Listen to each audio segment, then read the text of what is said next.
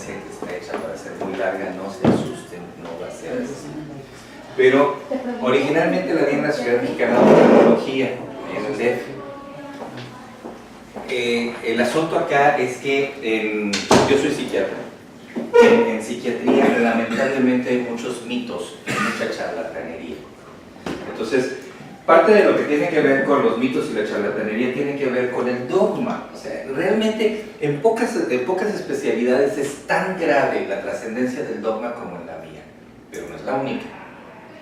O sea, ustedes probablemente todavía van a seguir, ojalá que no, pero todavía van a seguir prescribiendo sinaricina, petroxifilina. Son medicamentos que no sirven para maldita la cosa, pero que de todas maneras los prescriben. ¿Por qué? Por dogma. ¿Vale? Entonces, acá se trata de ver cómo se construye la realidad, porque a partir de la realidad es con lo que los psiquiatras trabajamos. Y acaba de ocurrir una situación con un caso, que fue el primer caso que vi yo aquí, con un caso en el que la realidad de los médicos no coincide con la realidad del paciente y sin embargo no hay psicosis. Entonces, vamos a hablar de cómo se construye el yo. ¿Me haces favor, doctor, de bajar las dos palanquitas hacia abajo, así, todo? Esto es para, les aclaraba que esta originalmente fue para un lugar muy oscuro. Entonces la idea es que se arrancaba desde la oscuridad. Uy.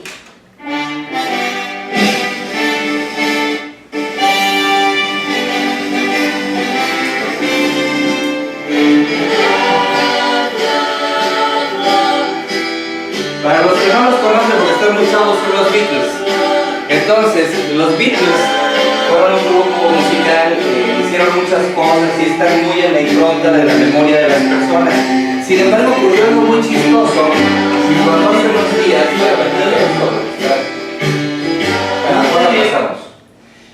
cuando hace unos días le muestro la presentación a uno de los doctores de acá y dice, ah, la Marsellesa, antes de que empieces, ok, es lo que su memoria ya tiene.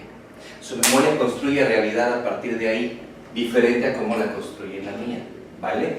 Entonces, de acuerdo al diccionario de la Real Academia Española de la Lengua, por cierto, la Academia de la Lengua Española mexicana, ¿no?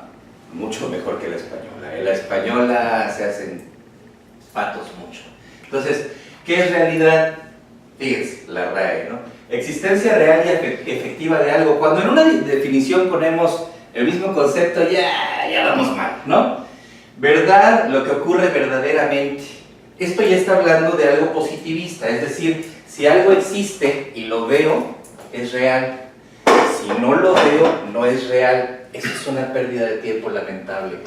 Lo que es efectivo o tiene valor práctico en contraposición con lo fantástico e ilusorio. Entonces, lo que no es efectivo y no tiene valor práctico, aquí prácticamente todas las religiones quedan fuera, ¿no? Entonces, ahí estamos perdiendo nuevamente cosas de realidad. Sin embargo, la descripción de Merriam-Webster me gusta un poquito más, es un poco más práctica.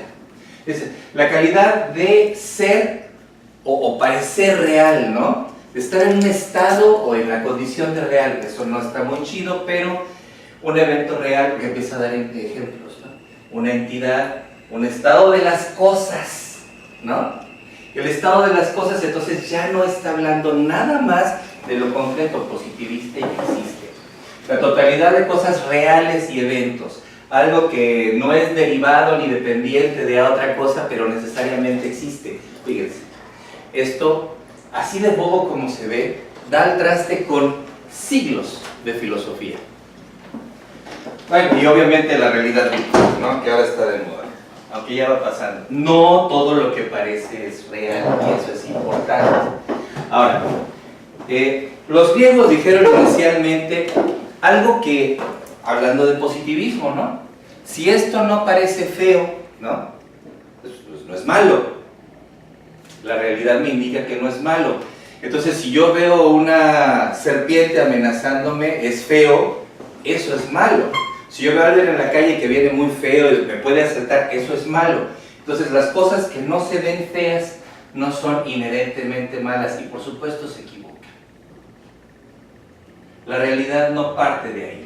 Ahora, Los mismos griegos dijeron, no saben que la realidad se compone de lo que percibimos. Ahí ya vamos más o menos bien, ya empezamos a ir bien. Pero en la Edad Media, a la que se le tilda de muchas cosas feas, y con justa razón, se pensaba que la realidad se producía porque había otra persona dentro de nosotros. Esto es el espíritu del espíritu. O sea, si ustedes creen en un espíritu, en un alma, y lamentablemente psiquiatría significa medicina del alma, está bastante jodido el término. Entonces, si ustedes creen en un alma, esto es el alma, algo dentro de ustedes que los anima. Alma es calidad de movimiento. O sea, animado es que se mueve. Entonces, para aquellas personas que dicen, no, es que a los animales hay que protegerlos porque tienen alma, los girasoles también se mueven, ¿vale? Entonces, en la teoría del homúnculo pierde mucho. La teoría del homúnculo, que es esta personita dentro de nosotros, de entrada lo más fácil sería preguntar, ¿y esa personita cómo opera? Ah, no sé, a lo mejor tiene otra personita dentro, y así nos vamos como en un espejo contra un espejo. Entonces, llega hace unos siglos un cuate que se llamaba Descartes. Y entonces, o Descartes, como dicen algunos. Entonces, Descartes, y 596, 1650, o sea, no es reciente.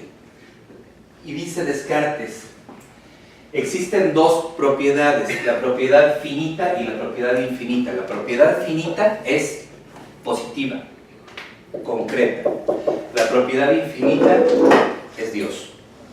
Entonces todos somos, dice el universo, pero él dice Dios. Y entonces, Descartes, que decía, yo pienso, entonces por lo mismo yo soy, o sea, no es aquello de yo pienso, luego existo, porque suena poético, no, estaba siendo literal. Si pienso, soy, ¿y qué me hace pensar? La red finita tiene una propiedad finita, o que se acaba, ¿no? Tiene una propiedad de pensamiento y una propiedad extensa. ¿Qué sería la propiedad de pensamiento? La idea.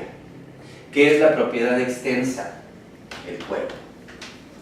Y entonces, dice Descartes, porque pienso, sé clara y distintamente que yo soy una mente. Yo no soy cuerpo, soy mente. Mi cuerpo no pertenece, no se combina con la red infinita, ¿no? Entonces, soy una mente y del cuerpo solo sé cosas por los sentidos que me pueden engañar. Por suerte, Dios es bueno y no permitirá que crea que tengo un cuerpo que no tengo. ¿Por qué? Porque soy mente, soy alma. Y aquí se establece para el resto de los siglos la dualidad cuerpo-mente, y vamos a ver de qué trata. Entonces, Descartes, que estaba de moda, tenía un opositor que era este señor. Este señor, que se apellidaba Spinoza, decía, no, ni el cuerpo puede determinar a la mente a pensar, ni esta puede determinar al cuerpo al movimiento ni al reposo. Ustedes me van a decir, no, sí, el cerebro controla el cuerpo. Van a ver por qué no. Los hombres se creen libres por el único motivo de que son conscientes de sus acciones e ignorantes de las causas por las que son determinadas. El objeto de la idea que constituye la mente humana es el cuerpo, es decir, no hay mente y cuerpo, son lo mismo. Para Spinoza, decir, ¿sabes qué, maestro? No hay mente y cuerpo, son lo mismo. No puedes tener una mente si no tienes un cuerpo. ¡Ay, qué simple! Lamentablemente, casi todas las teorías, es lo que empecé diciéndoles, casi todas las teorías que abordan la formación de la mente o de realidad, la separan del cuerpo, incluidas las teorías de Freud. Entonces, de cierto modo, la extensión que existe en acto es una de la otra, no son otra cosa. De donde se sigue que el hombre consta de mente y cuerpo y que éste existe tal como lo sentimos, como una sola cosa. Y entonces se establece la discusión entre el dualismo de Descartes y el monismo de Spinoza. Descartes dice son dos cosas, Spinoza dice es una cosa. Y hasta la fecha, mis colegas psiquiatras siguen diciendo, es que la psiquiatría es diferente. Y la mayoría de los demás especialistas siguen diciendo, pero si eres psiquiatra, ¿por qué sabes de esto? ¿No? Entonces, no puede existir mente sin cuerpo, sin embargo, puede haber un cuerpo sin mente. Y aquí, perdón, yo sé que es un recurso muy barato hacer esto, pero vale la pena. ¿A ustedes se les ocurre que puede haber un cuerpo sin mente? ¿Cómo, Lupita? Pues yo creo que si no es consciente de su propio cuerpo. Por supuesto. ¿Cómo perdemos la conciencia de nuestro cuerpo? Hay una situación que se llama clínica, que se llama anosognosia. Entonces ustedes le pueden decir al paciente, tuvo un infarto cerebral, ¿no? Pueden decir, a ver, mueve tu mano derecha, ¿no? No está consciente de su cuerpo. Sí, la muevo. No la estás moviendo. No puedes moverla. Sí, mires, la puedo mover. Y no está actuando. Cree que la está moviendo. No están comunicados los hemisferios cerebrales. Entonces, resulta que esto es mucho más evidente en las personas que tienen enfermedades demenciales. Las personas que tienen enfermedades demenciales tienen ahí la información, pero no la pueden recuperar. No hacen una mente, no hacen realidad. Entonces, desde entonces, que era contemporáneo de Descartes, Spinoza dice, nuestra mente está hecha de las imágenes de nuestro cuerpo. Y también decía otras cosas interesantes, como hay que amar libremente, Dios no existe. Y era una bronca para él decir que Dios no existe porque él era ateo, pero era judío. Entonces, imagina la persecución de un judío ateo, o sea, solo faltaba ser negro y argentino, ¿no? Entonces, este pleito eterno que siempre argumentamos de es que el cerebro se pelea con el corazón, es una idea romántica, es una idea poética y es una idea falsa. No tenemos un cerebro pensante que se está peleando con el cerebro sintiente. Si nosotros hacemos una dicotomía entre pensamiento y sentimiento, nos va muy mal. Y entonces vienen todos estos señores, desde Prochaska, luego Gall, Broca, que ya son nombres que probablemente a ustedes les suenen más, Brodmann y Wernicke, diciendo, es que el cerebro tiene áreas especializadas. Y entonces estas áreas especializadas, si yo las estimulo, producen esto. Si yo estimulo esta otra área, produzco esto. Y resulta que no. Y si estuviera aquí Joel, a lo mejor diría, sí produce eso. Sí, pero no en todos. Y entonces estas áreas especializadas varían. Después de estos cuates, volvemos a caer en lo mismo. Si tenemos áreas especializadas, ¿qué coordina esas áreas especializadas? Es decir, ¿cómo funcionan? Porque no hacen que una haga lo otro y que la otra haga lo otro. O sea, volvemos a caer en el homúnculo. Y de hecho, así se le llama. Cuando estudian la anatomía, cuando estudian las áreas cerebrales, es el homúnculo, ¿no? Y es eso mismo. No satisface la necesidad de explicar cómo se forma la realidad. Llegan Breuer y Freud. Para los que conocen a Freud como el padre del psicoanálisis, debo decirles que no. Es el padrastro del psicoanálisis. El padre del psicoanálisis es Breuer.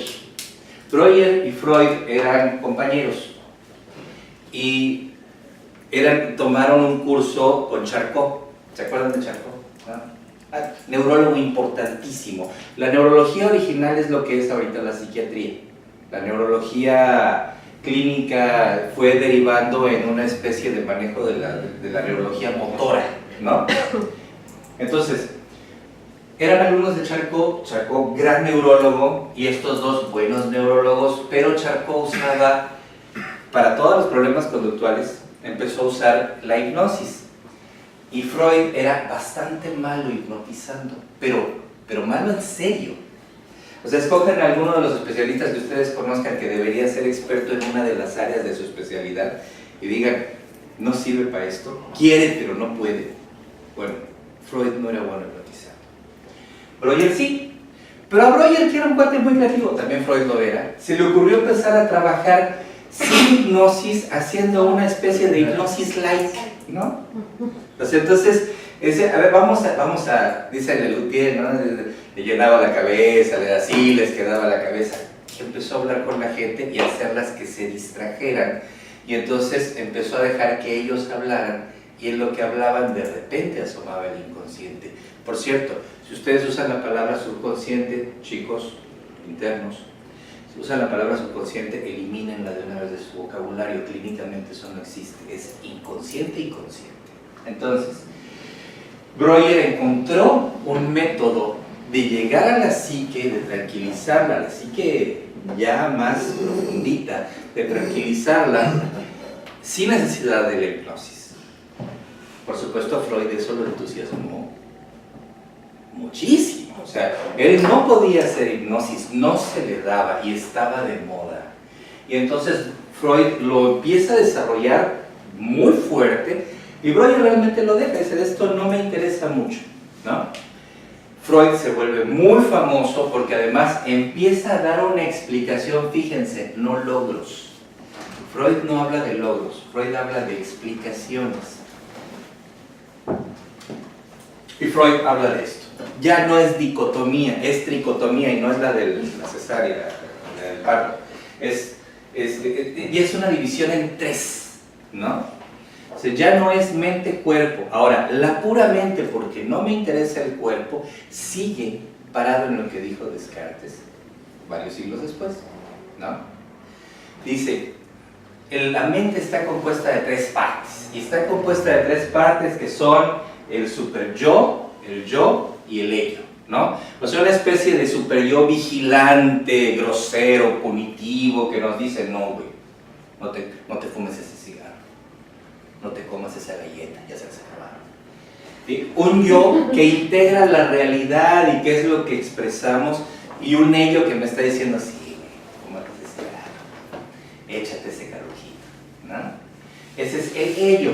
Para Freud esto es así, y hay otras dicotomías que complementan esto, porque una teoría tan amplia, tan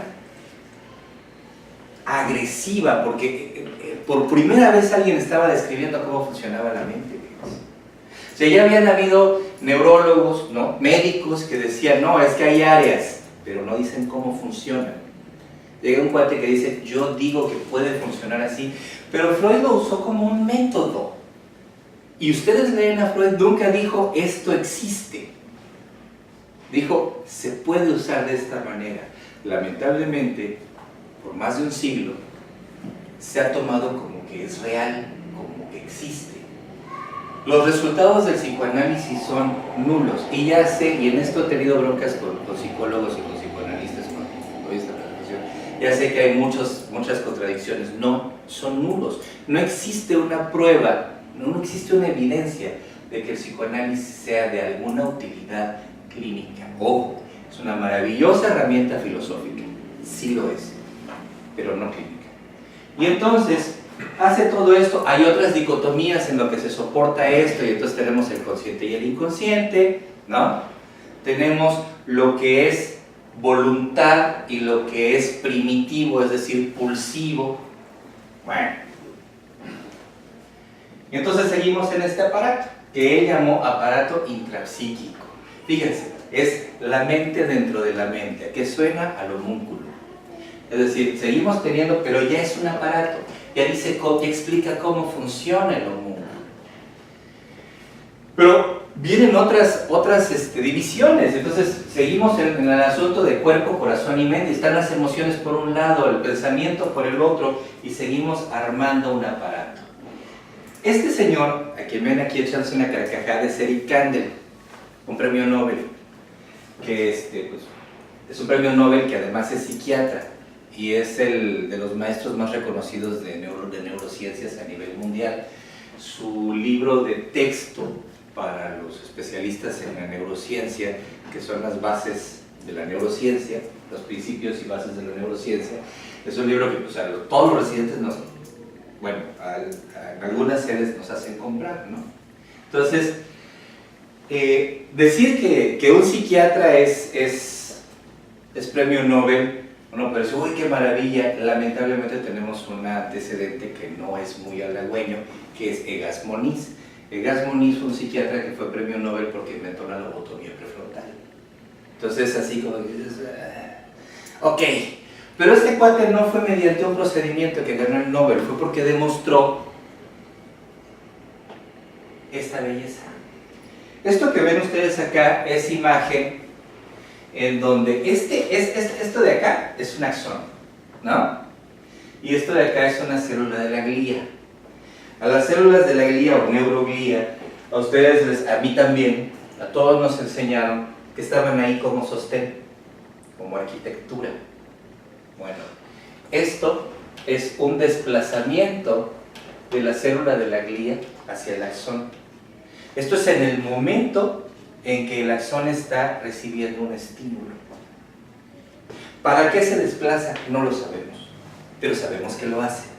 Hay un mecanismo que hace que ante una situación específica la glía se desplace. La propuesta, y no deja de ser una teoría, es esta: memoria. La memoria, hace poco acabo de dar un diplomado con gente que no era, muchos ni siquiera eran médicos, ¿no? Ni enfermeras, había de todo, maestros.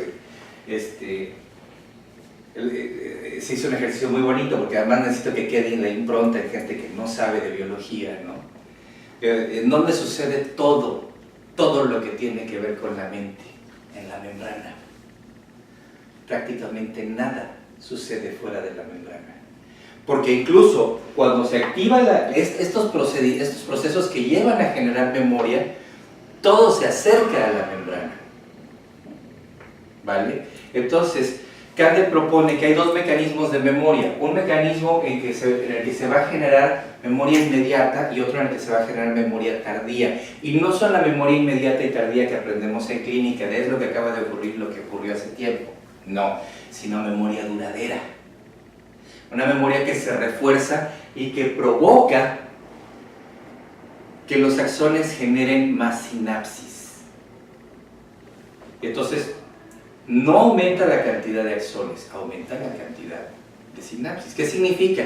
Que de alguna manera un axón va a estar mandando la señal: oye, mándame más dendritas, estírame tus dendritas. Neurona que estás hasta allá en casa de la fregada. ¿Por qué? Porque la necesito. Y entonces se genera más sinapsis. Ok. ¿Ahí vamos bien? ¿No hay pleito? Entonces fíjense, ya no estamos hablando del homúnculo. Y si esto es así, entonces para que la neurona perciba algo y efectúe algo, necesita forzosamente cuerpo. Es decir, esto, sin un cuerpo, no puede generar realidad. Ojalá no me dejen hacer un monólogo y platiquemos, ¿no? Porque esto sería entonces la memoria duradera. ¿Qué hace la memoria duradera? Facilita que se formen más sinapsis. Pero entonces, ¿qué pasó con la memoria no duradera? ¿Se pierde? No. Porque entonces, este señor, ¿lo conocen? Es un señor simpaticísimo, ya murió en el 2015 creo. Y aquí tienen, por cierto, un QR si quieren copiarlo, donde está la plática de, si no se han visto las TED Talks, está la TED Talk de Oliver Sacks. Este es Oliver Sacks, es un cuate de las neurociencias genial. Si algunos son afectos al cine, se recordarán por esta película que se llamó Despertares. El personaje de Oliver, el personaje que hacía Robin Williams era un personaje real y esa historia fue real. Ese era Oliver Sacks. Nada más que en la película lo ponen como que es muy tímido y apocado y no se le lanza a las chavas. No se le lanzaba a las chavas porque eso era homosexual. Y era de los muy pocos neurocientíficos que creían en la existencia de algún tipo de Dios, ¿no? Todos son ateos. Entonces, Oliver Sacks no tenía nada de tímido, era un sujeto muy apartado, y él empieza a hablar más públicamente de cómo la memoria afecta los procesos de realidad. Y entonces toda esta cuestión, todo este rollazo que les estoy aventando, es el fundamento para cuando vemos a una persona que tiene alucinaciones, ideas delirantes, o una persona que tiene una realidad que no coincide con la nuestra. Este otro señor se llama Antonio Damasio y fue el primero que llegó a decir: Pérez, hay que retomar el pleito entre Spinoza y Descartes. Y con palabras muy amables, con palabras muy políticamente correctas, dijo: Descartes es un pendejo, ¿no? Descartes se equivoca. ¿Por qué? Porque no son dos, es uno. Y él dice, hagamos un ejercicio muy simple, que no es un ejercicio que él se inventó. Dice, hagamos el ejercicio de imaginarnos al sistema nervioso central y periférico y sacarlo del cuerpo sin que se muera el sistema nervioso y ponerlo en una cuba y hacerlo que continúe viviendo. Ese sistema nervioso, quitamos el resto del cuerpo, ¿qué realidad forma? ¿Puede hacerse un concepto sobre sí mismo? Suponemos que no. Entonces, Descartes, este cuate Damasio dice, entonces, las cosas que decía Descartes, no. Y Damasio propone algo parecido a esto. Este es mío, esta es factura mía, y de la cual, por bobo que sea, me siento mucho orgulloso. Descartes dice, perdón, Damasio dice, hay un estímulo, el que sea, ¿no? Se recibe y hay una respuesta, la que sea, hay un proceso. Entonces, algo percibimos, algo se recibió de alguna manera, tenemos corpúsculos de Pacini, etc. Tenemos conos y bastones, tenemos un montón de cosas y entonces generamos un proceso. Ahora, esto ya es un poco más complejo. Esto viene a sustituir al yo, al ello y al superior. Y entonces resulta que tenemos una entrada, un input, ¿no? Externo o interno. Puede ser un pensamiento, una emoción, un recuerdo. Tenemos una entrada, se recibe, es decir, hay un primer paso. En la administración esto es un diagrama de flujo, ¿no? Entonces en la administración los cuadritos son pasos. Los cuadritos con una curvita abajo son registros. Documentos. Registros. Se puede registrar en muchas formas. Se puede grabar. Otro paso, ¿no? Es el cuadrito. Otro paso en la salida o simplemente regresa y se convierte nuevamente en una entrada. Entonces tenemos una entrada externa o interna, esto también sería una entrada interna, sería lo mismo, pero no todas las entradas internas vienen de acá. Y entonces tenemos un primer paso que es recibir. Tenemos órganos sensoriales. Tenemos un registro, es decir, lo primero que se hace después de recibir es formar memoria. Y después de formar memoria tenemos un siguiente paso, que es integrar la memoria o dejarla, fíjense, consciente o inconsciente, ahí ya no está discriminado, pero el chiste es que esta integración permite que el registro ya quedó, permite que el registro vuelva a ser un estímulo o no haga nada y que haya una respuesta, si es que la va a haber. Y entonces dicen en las historias, en la fisiología clásica, a nosotros nos decían, ¿no? Tu cuerpo, tu cerebro no está registrando la posición del vello que tienes en el lomo del dedo derecho de tu pie, del dedo gordo. Esto dice, sí lo está registrando. Entonces nos decían, los actos reflejos no quedan registrados. Esta propuesta dice, se registra absolutamente todo, pero no se está usando continuamente. Esto es la base de la intuición, de la adivinación. Ahora, los adivinos son charlatanes, todos lo son. ¿Por qué? Son charlatanes porque le están dando un valor de verdad y están haciendo creer al otro, ¿no? O intentando hacerlo creer al otro. Pero en realidad muchos adivinos sí creen lo que están diciendo. ¿Por qué? Obviamente no la mayoría de los que se dedican a esto como negocio, pero ¿por qué? Porque están percibiendo una posibilidad de que sea de este modo, en base a esto. Va de nuevo, todo es memoria. Si todo es memoria, entonces van a haber cosas que me evoquen. No, es que yo me acuerdo de mis primeros lentes a los 8 años, ¿no? Entonces yo me pregunto por qué el doctor no trae lentes, porque casi todos los niños deberían traer lentes, ¿no? Entonces si él fue niño alguna vez le dijeron, etc. Bueno, entonces así es como se forma el yo, pero si nosotros nos acordamos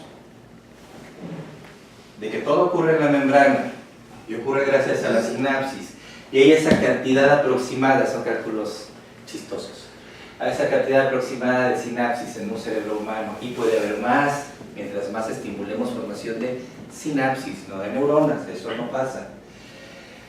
Y si hay toda esa cantidad de neuronas, si una neurona de 10 micras, si la estiramos, pues, o sea, estamos hablando de algo, la base biológica, los humanos estamos dotados de más en casi todo. También en neuronas. Una de las cosas que se revisa al estudiar, una de las cosas divertidas de la psiquiatría es que también se dedica al sexo. No puede haber cosa más divertida que el sexo. Qué suerte. Entonces, resulta que doctores, no doctoras, doctores pueden estar contentos en proporción del volumen corporal al tamaño y volumen del pene. Somos de las especies con el pene más grande. O sea, tenemos un pene muy grande para nuestro volumen corporal comparado con otros mamíferos, no con todos, hay excepciones. Y entonces, la transmisión, ustedes van a ver, bueno, todo esto es una dotación exagerada, no lo necesitamos, y de ahí vienen estas frases bastante bobas, por decirlo de una manera más polite, es que usamos el 10% de nuestro cerebro, deberíamos usar todo lo demás. No, es una gran pendejada. A ver, ustedes agarran una computadora y llénenle toda la memoria RAM, la memoria de disco. ¿Qué va a pasar con esa computadora? Ya no la pueden usar. Está congelada. No, ya no se puede usar. Ya no tiene espacio para generar un proceso. Nosotros tenemos una gigantesca RAM, ¿no? Tenemos una memoria virtual que nos permite que los procesos sean rápidos. Y aún así a veces, oye, ¿qué no te cayó el 20? ¿No? ¿Qué reaccionaste tan bien? ¿No? Entonces, ok, si esto es así, entonces lo que yo simplistamente les mostré va a ser eso mismo millones de veces repetido en un solo instante, y nuestra vida es de muchos instantes. Entonces la carga es brutal. Uno diría, ¿se llenó la memoria? No, porque una neurona tiene capacidad para hacer vías, y entonces ya no hablamos de áreas como hablamos antes en el homúnculo, ahora hablamos de vías, y se van a generar más vías con las mismas neuronas, porque tienen esa capacidad. Las neuronas son multi-action, ¿no? Son, ¿cómo se dice?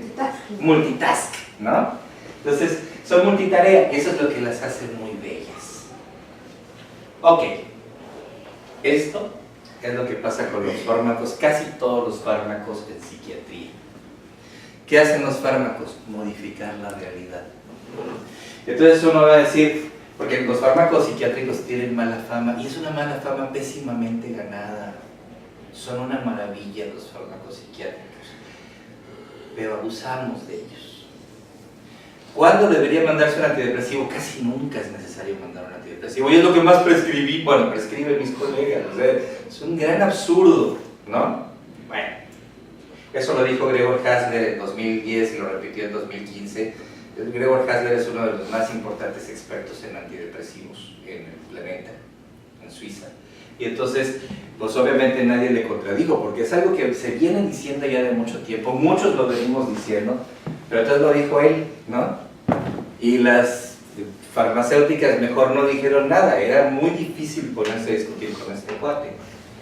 Entonces, vean ustedes, con los fármacos psiquiátricos lo que hacemos es, ¿se acuerdan de esas partes, no? Llega un input, se produce una recepción, se genera un, etcétera. Entonces vamos cortando, de acuerdo a la especificidad del fármaco, en diferentes puntos del proceso o en varios puntos. Es decir, puede ser uno, puede ser dos, pueden ser todos los puntos de este proceso de formación de realidad. Los otros fármacos que no bloquean van a aumentar. No aumentan la memoria. Esto es importante. Ningún medicamento para la memoria funciona. Entonces, las farmacéuticas sueltan, ya suena que estoy hablando de mitos urbanos. Ah, ok. No, en esto sí hay mucho de realidad. Igual que con la sinalicina y la pentoxifilina. O sea, sueltan medicamentos que teóricamente sirven y en realidad no. Entonces, la memantina, la rivastigmina, son medicamentos que van a usarse en la persona con demencia sin ningún resultado útil. Ninguno. Ya, olvídate, o sea, también puede ser té de tilo, ¿no? Y el té de tilo puede tener alguna utilidad, pero no en la memoria. No en la memoria. Hasta ahorita no surge algo que sirva para la memoria. Y entonces, Y los cubre la institución pública en México, ¿eh? Está en el cuadro básico de medicamentos de la Secretaría de Salud, del ISSSTE y del Seguro. Y en cambio no se gasta en otras cosas. Como la tetroxifilina. Como la tetroxifilina. O sea, volvemos a lo mismo. Y la ivermectina. Oye, ivermectina, no jodas. Y la nifedipina. Mira, ok, pero alguna utilidad podría llegar a haber tenido. Esto no. Esto ya no es lo mismo. Claro, el agua es útil, ¿no? O sea, esto es menos útil que el agua, ¿vale? O sea, para lo que es, no es. Entonces, esto es lo que básicamente se hace con los psicofármacos. Por eso es que cuando les dicen, es que te voy a dar el tratamiento fisiopatológico de la depresión, dices, no, o sea, a ver, el tratamiento lo que sabemos de la fisiopatología de la depresión y la ansiedad es la punta del iceberg. O sea, es la vía final fisiopatológica por la que se producen los síntomas. La falla del transportador del precursor de serotonina, no es la fisiopatología de la depresión. Es un pedazo de la vía de la fisiopatología, pues, de la depresión y de la ansiedad. Y es un pedazo común a ambas. Entonces, la próxima vez que les digan que la depresión se produce porque hay una falla para empezar, en la producción de serotonina, eso sería muy absurdo. En la producción de la proteína transportadora del precursor de serotonina, por eso se produce la depresión, ustedes digan eso, no. Claro, si es un maestro de psiquiatría que les va a poner una calificación mala, mejor no le digan nada. Ok, pero resulta esto, y esto es donde vienen ya algunas cosas que tienen que ver con hacerlo positivo, es decir, el positivismo, lo de aquello de que si lo veo existe, ¿no? La tomografía por emisión de protones nos permite ver cómo funciona el cerebro en el momento, es decir, cuando está funcionando. Aparte hay otras técnicas que nos permiten revisar los rastros que deja el funcionamiento, y eso también lo vamos a ver. Entonces, la tomografía por emisión de protones nos permite saber, metemos en el tomógrafo al cliente, tiene un software especial el tomógrafo, le ponemos una vía, por ahí le metemos azúcar que está cargada con material radiactivo, no dañino, o mínimamente dañino, o sea, es medicina nuclear, y entonces las áreas del cerebro que se prendan, que estén más calientes, y entonces den una imagen, una densidad diferente en la tomografía, están activas. Entonces le pedimos que hable. Estamos haciendo lo mismo que hacían Broca y todos estos, estimulando áreas, ¿no? Pero ahora desde afuera sin meter el... Está bien. Pero entonces esto nos permite ver que hay vías, no áreas. Pero en cuanto a áreas, resulta que esta área que están viendo encendida, ¿no?, es la corteza occipital. En la corteza occipital los oftalmólogos han dicho por mucho tiempo, ahí está la corteza visual. Ahí es donde se integran las imágenes de lo que vemos. Pero resulta que la corteza occipital se prende, pero con muy pocas diferencias, si el cliente está sin ver, sin poner atención a nada, si el cliente está viendo o si el cliente está viendo y oyendo. Bueno, ahora, esto que ven ustedes es un estudio con ciegos. Es un trabajo con ciegos, donde las personas que ven, las personas ciegas, oyen un sonido familiar, por ejemplo, el sonido de un martillo, el sonido de unas tijeras, el sonido del campo con pajaritos, ¿no?, el sonido del teclado. Y entonces, tanto el que ve como el ciego tienen más o menos las mismas áreas activadas. Es decir, no parece que sea una cuestión de corteza visual, parece que es una cuestión de corteza de asociación. Pero esto es todavía más dramático, porque pasa también en las personas que nunca han visto. Este estudio es con ciegos que sí vieron antes. Entonces esto que ven acá es un ciego que está escribiendo, está dibujando mientras se le está haciendo el PET, la tomografía por emisión de protones, y prácticamente mientras le recuerdan algo y mientras escribe algo, es un poquito menor cuando dibuja, pero es un poquito, pero es más, son las mismas áreas, las mismas zonas del cerebro que se encienden. Es decir, la memoria está haciendo prácticamente lo mismo al quedar acá o al efectuar. Y una cosa que ocurre es que esto es antes del entrenamiento del dibujo, y esto es después del entrenamiento del dibujo, la memoria se ejercita y la memoria genera realidad. Y entonces, aunque él no está viendo lo que escribe, le dicen, dibújame una flor, dibújame una cara, ¿no? Así las dibuja al principio. Una cosa que se midió en este estudio es que mientras más temprano se hacía esta rehabilitación, menos problemas de memoria generaba, mejor dibujaba el cliente, ¿no? Se tardaba más, no alcanzaba mejores trazos. Y entonces, ¿cuándo hay que empezar a rehabilitar un EBC? Cuando ya no se está muriendo. Es decir, ya pasó el riesgo, pero está todavía en terapia intensiva, no importa un cacahuate, ahí hay que empezar a rehabilitar, ¿no? Si ya no existe el riesgo de que es que hay que meterle, empieza a rehabilitar. Está inconsciente, empieza a moverle las piernas. Mover el cuerpo hace, de algunas maneras, sinapsis. Tampoco van a llegar y les van a decir, vamos a ejercitar su lóbulo temporal izquierdo. Esas son tarugadas, pero hay cosas que sí funcionan. Ahora, esto es lo que, aquello tan sencillito que yo les puse, esto es lo que dice Damasio, y aún así de todas maneras está resumido, porque da un montón de posibles diagramas. Entonces, básicamente, todo este centro es lo mismo, pero hay que recordar que toda la coordinación hormonal tiene un impacto en la modulación de la percepción y de la expresión. Y una persona con hipotiroidismo, una persona con hipertiroidismo, y por Dios, o sea, yo no termino de entender por qué no usamos la metformina más.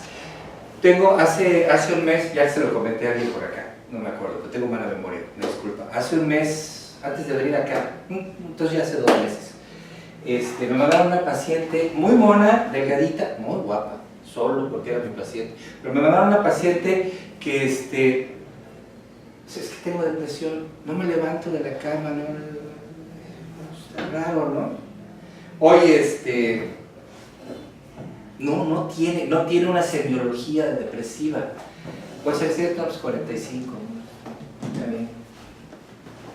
Oye, pues ¿cómo comes? ¿Hay diabéticos en tu familia? No hay diabéticos. ¿Cómo comes? No, pues hago mis 3 alimentos, pues ya vamos mal, ¿no? Mis 3 alimentos. Bueno, ok, ¿a qué hora haces el primero? Pues en la mañana. ¿A qué hora te levantas? A las 6:30.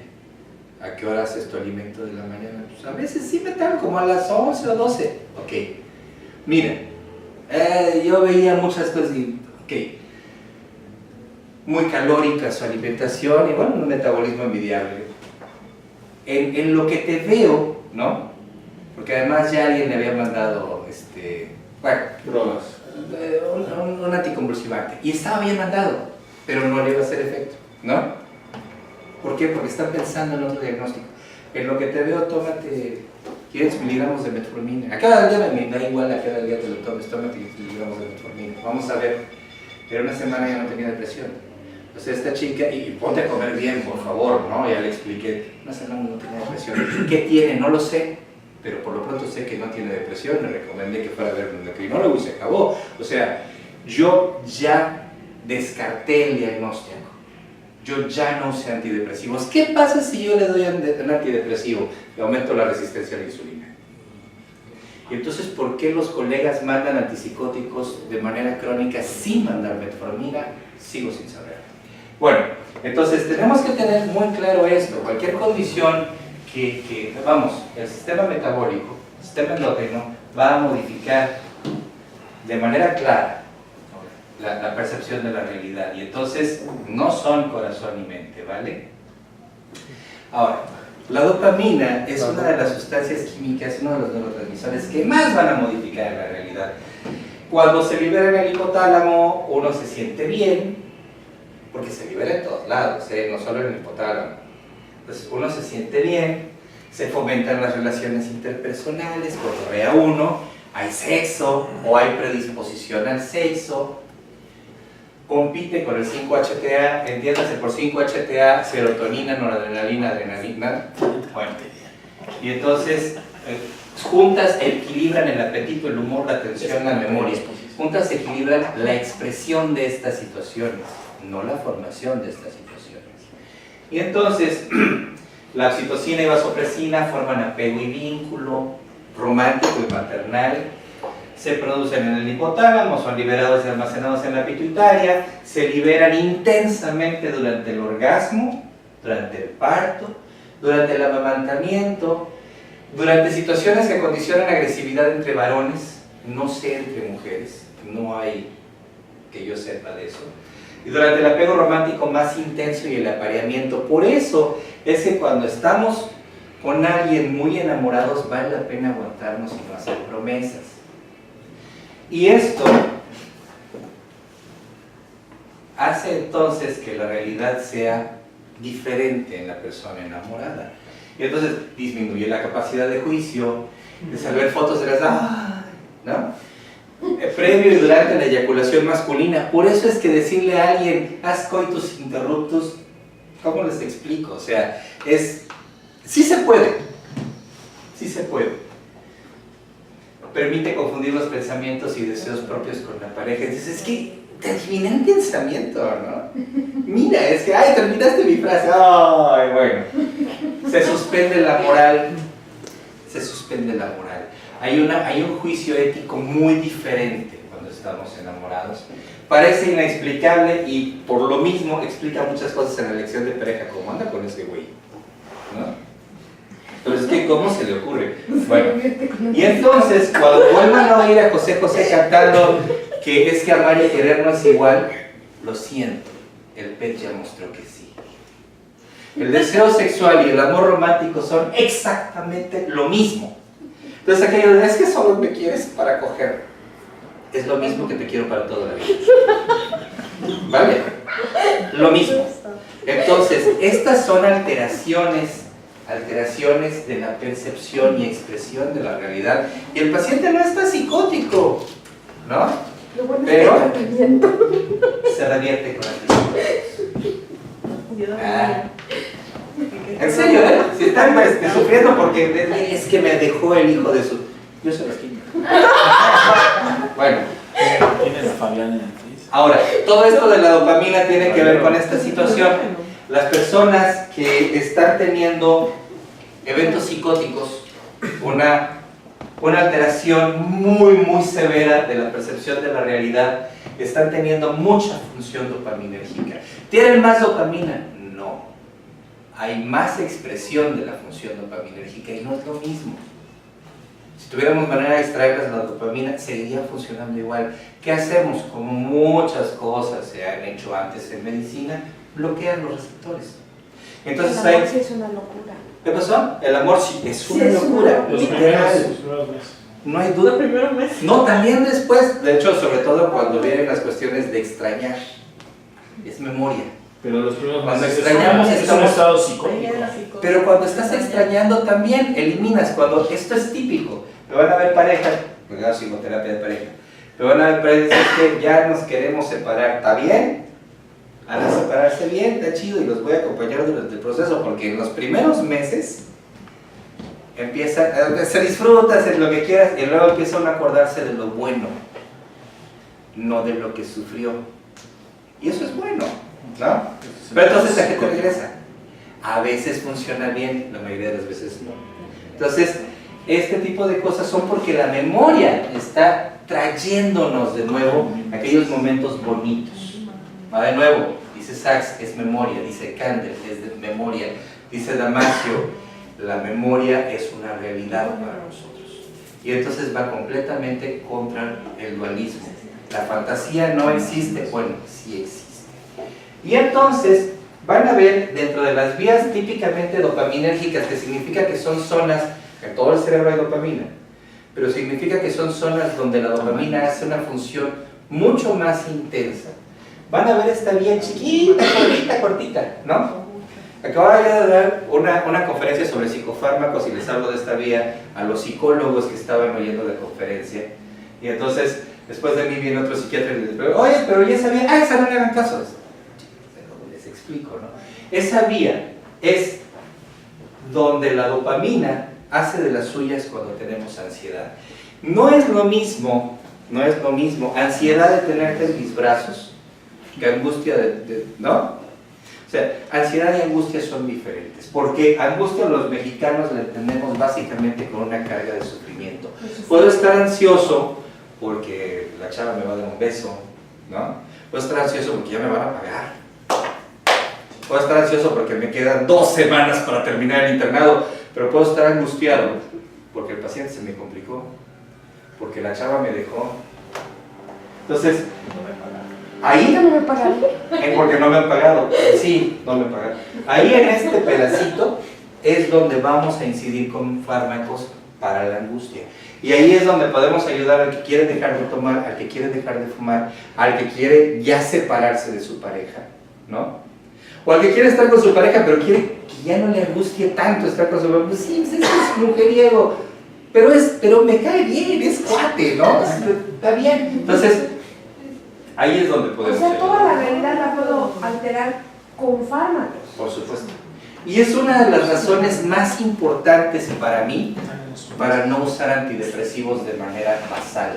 Porque ustedes le toman una foto a la vida de una persona que empieza con antidepresivos, sigue tomando los 20 años, esa es la realidad de México. Y después, 20 años después, le toman una foto a su vida y sigue teniendo los mismos problemas. No se adaptó, no hizo procesos de adaptación y no hubo cambio. Entonces, eso. Ok. Ahora, ahí va a ser utilísima la risperidona y la olanzapina. Son antipsicóticos específicos para esa vía, ¿no? La vía mesolímbica. Qué bonito. Ah, bueno, perdón. Entonces, en esta vía, lo que estamos modificando no es la expresión de la memoria está ahí, pero sí el cómo reaccionamos a la memoria, ¿no? Nuestra reacción es más tranquila. Ok, eso que ven ustedes ahí, y ahí está el código QR por si quieren leer el artículo. El artículo es un artículo de 2016 donde hicieron una... Ah, no, ese no es el código QR del artículo, perdón, es lo que dice en la Biblioteca de Medicina del Congreso de Estados Unidos para entender cómo son estas técnicas de imagen. Esto rastrea la función de diferentes partes del cuerpo, no solamente cerebral, pero para rastrear vías cerebrales es una maravilla. Es la imagen por tensor de difusión. Entonces, eso está muy interesante, ¿eh? Ya podemos ver cómo se mueve, cómo se da el desplazamiento de la transmisión de la señal. Y entonces a estos cuates se les ocurrió tomar controles sanos, sin antecedentes psicóticos, y tomar familiares de psicóticos y localizar puntos en la corteza cerebral, tanto en la corteza cerebral externa como la corteza cerebral interna, la que está ahí adentro, los núcleos, el hipotálamo, todo es corteza. Entonces, dijeron, vamos a ver, representaron ahí en este dibujito muy mono, en amarillo, los núcleos y todos los puntos en la corteza cerebral externa, en verde, y entonces trazaron conexiones. Vamos a ver qué tanto se interconectan estos puntos, externos con externos, externos con internos, internos con internos. Ya sé que suena muy promiscuo, pero no es la idea. Entonces, hicieron esto, midieron entonces las redes neurales. Y lo que encontraron fue esto. En las personas con controles sanos, fíjense, ninguno es psicótico. En los controles sanos, sin antecedentes psicóticos en la familia, encontraron que la riqueza de interconexiones externas e internas, la riqueza de interconexiones externas es igual en los dos, internas es igual en los dos. Externas e internas es mucho más alta en las personas sin antecedentes psicóticos familiares. En las personas con antecedentes psicóticos familiares es más baja. Es decir, la corteza externa se comunica menos con la corteza interna, ¿no? En las personas con antecedentes psicóticos. Esto puede suponer, esto da la posibilidad de que haya una predisposición genética, todos sabemos que hay una predisposición genética, no a la psicosis, sino a la formación de realidad diferente. ¿Es lo mismo? No. Entonces resulta que la psicosis muy probablemente está producida por memoria. no está inventando, está recuperando. Y ahí es un punto muy grave, porque entonces nos hemos esforzado, hay que quitar el síntoma psicótico, pero nos hemos esforzado por abandonar al síntoma psicótico. El síntoma psicótico es memoria del cliente. Podemos darle un nuevo significado a esa memoria, que es mucho de lo que se hace en psicoterapia. Entonces, esta es otra cosita, y esto también está ahí en QR, por si quieren ver los artículos, en las que se encontró, pues, que a personas que se automedicaron o que recibieron medicaciones inadecuadas, de antiinflamatorios, mucho antiinflamatorio, y que iban a ser psicóticas. ¿Cómo saben que iban a ser psicóticas? Porque después fueron psicóticas. Tienen una presentación mucho más tardía que las personas que no tenían estos tratamientos. Entonces dijeron, oye, los antiinflamatorios sirven. Algo aquí está pasando. Bueno, ha habido una gran presión, ha habido una gran cantidad de estudios en los últimos 4 años, desde el 2013 para acá, una gran cantidad de estudios para demostrar que no es cierto. Y no logran demostrar que no es cierto, pero sacan, terminan diciendo, bueno, es que de todas maneras hay que dar antipsicóticos, y lo que sí han demostrado todos estos estudios es que no es cierto para casi todos. Bueno, no lo pueden demostrar, pero no hay un beneficio claro, excepto para la aspirina. Con la aspirina sí. Pero no se sabe bien a qué dos, porque además fueron prescritos de manera irregular. Entonces, no se sabe bien a qué dosis. No, yo por lo pronto ya estoy dando aspirina, casi todos los que tienen algún antecedente psicótico. Lo siento. O sea, no les va, creo que no los va a matar. Pero bueno, Una hemorragia gástrica. pues no lo sé, hasta ahorita no. Pero espero que no me pase, ¿verdad? Si me pasa, pues ya me verán ustedes metido en un brete. Pero esto es importante, o sea, estamos viendo algo y volvemos a lo mismo, no son mitos urbanos. Los productores de antipsicóticos están muy interesados en que esto no pase, ¿no? Pero la aspirina sí ha demostrado su uso. Entonces, cuando tenemos un paciente cuya realidad no coincide con la nuestra, porque además esta es la cuestión más dramática de todo este asunto, la forma de definir a la psicosis es mediante un método democrático. Yo estoy viendo aquí un perrito y ustedes no, es decir, la mayoría no lo ve. Entren a una iglesia católica en Viernes Santo, en el Domingo de Ramos, y díganles que Cristo no existe. Su realidad está muy clara, ¿no? Ustedes no lo ven, no está Dios, que hay aire, ¿no? Pero su realidad es clara.